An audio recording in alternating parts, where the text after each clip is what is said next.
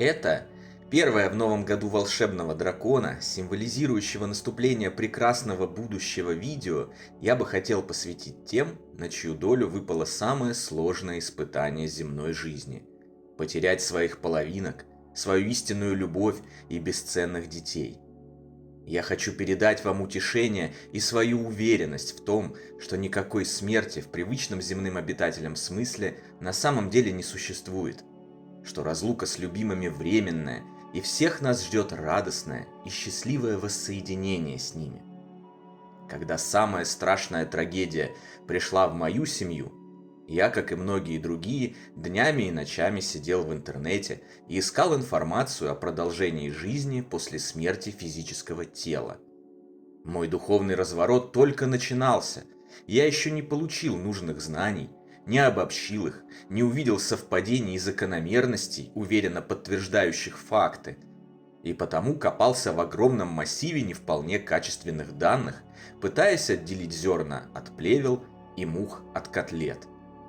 Меня заносило на разные ресурсы, от религиозных сект с не вполне понятными доктринами до откровенных лжецов-шарлатанов, равнодушно наживающихся на чужом горе. В это же время я оказывался и на форумах вдов и вдовцов, разлученных смертью со своими половинками, и сайтах для матерей и отцов, потерявших своих дорогих детей. Я нисколько не преуменьшаю величину горя тех, кто потерял родителей, братьев, сестер, друзей и других близких людей. Но эти люди действительно столкнулись с самым тяжелым испытанием, которое только может произойти в жизни. Глубину их горя невозможно сравнить ни с чем. Она поистине бездонна. Трудно описать эмоции и чувства, когда оказываешься среди людей, как и ты, переполненных горем, печалью и отчаянием от утраты. С одной стороны, это близкие тебе люди, как никто другой, способные понять твою беду. С другой, в силу устройства нашего мира, неприятие обществом темы смерти и непонимание истинных божественных законов мироздания, каждый из них оказывается наедине со своим горем. Они составляют своей общностью целые темные миры несчастных, толпой, но одиноко бредущих во мраке, без какой-либо надежды на свет и избавление. Некоторые умудряются даже мериться размером своей беды, доказывая, что только их потеря является самой горестной. Это, конечно же, не так.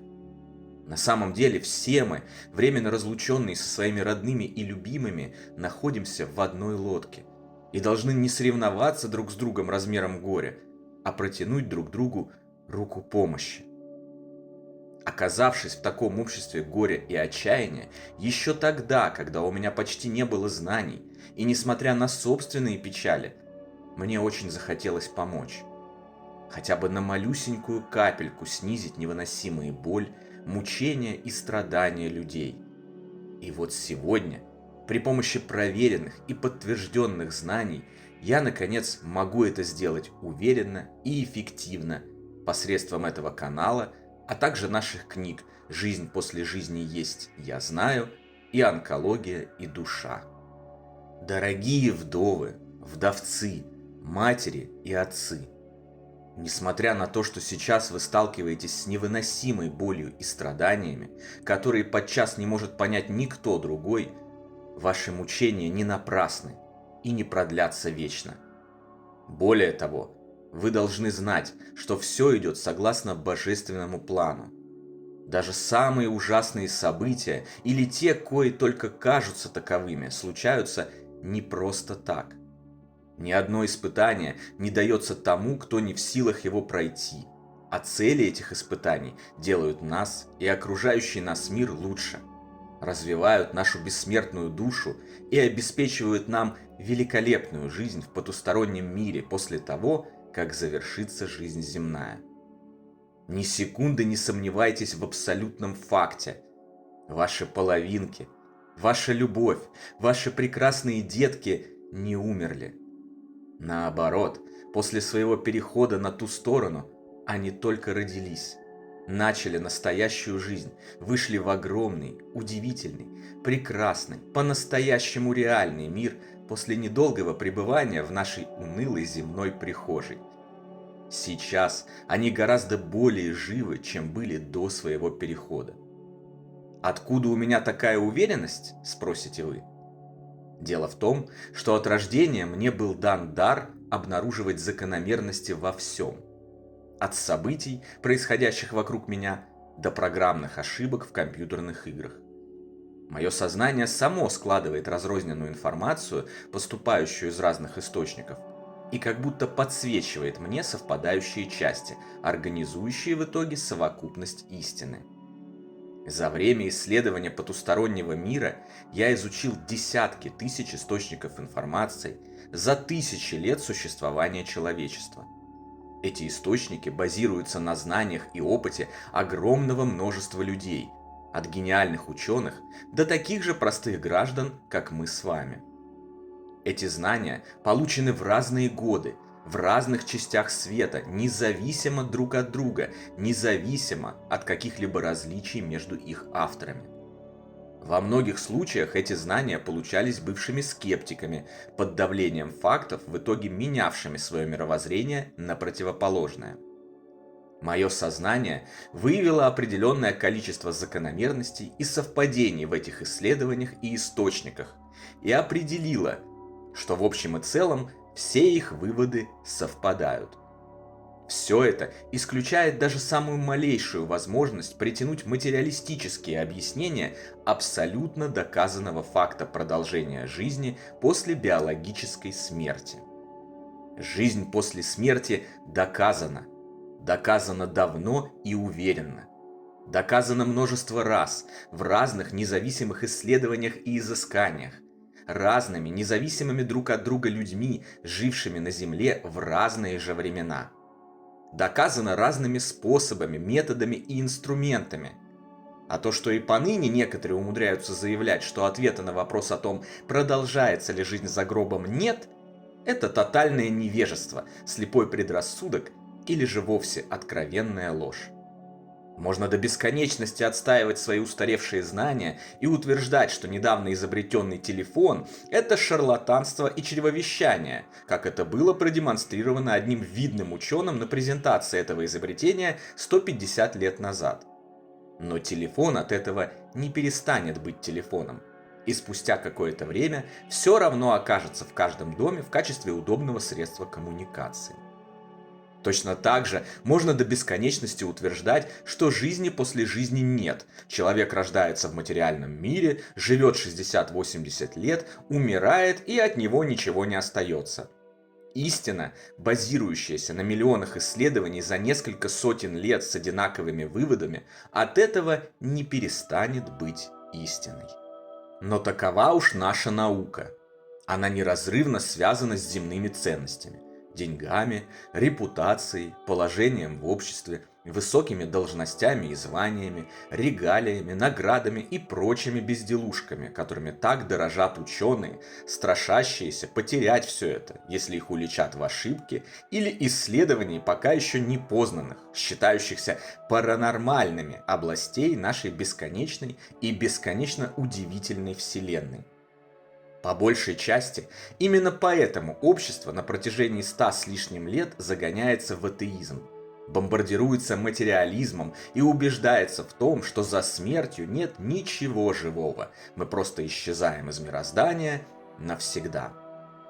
С другой стороны, материализм, атеизм и отрицание существования духовного мира насаждают некоторые недобросовестные и бездуховные политики, бизнесмены, культурные деятели и теневые правители, намертво вцепившиеся своими крючьями в сундуки с долларами и золотом, и желающие продолжать править другими людьми, странами и всем физическим миром до тех пор, пока их не вынесут вперед ногами. Знание о бессмертной природе человеческой души освобождает, избавляет от страхов и тревог, концентрации на материальных благах. А бесстрашными и образованными людьми, как известно, невозможно управлять посредством лжи и манипуляций. Их невозможно запугать чем бы то ни было, ограничением свободы, изъятием материальной собственности и даже лишением жизни. Ведь они знают, что с так называемой смертью на самом деле ничего не заканчивается, а даже наоборот, изменяется к лучшему. Поэтому, став обладателями истины, они уже не станут склоняться к равнодушию и устранению от всеобщей несправедливости в целях сохранить свое имущество и свою жизнь. Они будут бороться за правду и прекрасную жизнь для всего человечества. Однажды поднятая, такая волна добра сметет на своем пути любую несправедливость, зло и жестокость. Вот почему до сих пор знание о нашей бессмертной природе является табуированным и встречает на своем пути яростное сопротивление заинтересованных в его уничтожении. Дорогие мои вдовы, вдовцы, матери и отцы, потерявшие своих горячо любимых половинок и детей. То, что я говорю, это не утешение ради утешения, или, как говорят некоторые скептики и невежественные граждане, никто ничего не знает, но раз горюющим так легче, то пусть верят. Жизнь после жизни – это абсолютный, непреложный и доказанный факт. Нет никаких сомнений в том, что с вашими родными все в порядке. Сейчас они в прекрасном мире, несравнимо более комфортном, красивом, величественном, добром и справедливом, чем наш. Они в полной безопасности. Но при этом они всегда рядом с вами, в одной мысли от вас. Достаточно подумать о них с любовью и позитивом, и они тут же будут с вами. Разлука временная и недолговечная. Время на Земле летит очень быстро. Выражаясь метафорически, наши родные закончили свои дела чуточку раньше и полетели домой на дневном самолете, а наш рейс вечером. Вот и вся разница. Зато дома нас есть кому встречать, и встреча эта будет грандиозной и счастливой. Придет час, вы обязательно воссоединитесь, снова возьметесь за руки и продолжите совместный путь, начатый на земле. А пока живите. Живите и наслаждайтесь каждым днем, несмотря ни на что. Ищите новые смыслы, новые знания и новые возможности. Храните свою великую, дарованную вам Господом любовь и распространяйте ее на окружающих. Помогайте им всем, чем можете. Они нуждаются в этом. Весь наш глубоко израненный, больной и несчастный земной мир нуждается в этом. Именно для этого мы здесь, чтобы распространить свою любовь на все и всех вокруг и сделать наш мир счастливым. И помните, вы не одни, никогда не бываете и не будете одни. Помимо ваших еще живущих родных, друзей и близких, готовых прийти к вам на помощь, в любой момент жизни с вами духовные наставники, ангелы-хранители, ранее отшедшие любимые и сам Господь Бог. А это, согласитесь, невероятная, величественная группа духовной поддержки, для которой не существует ничего невозможного.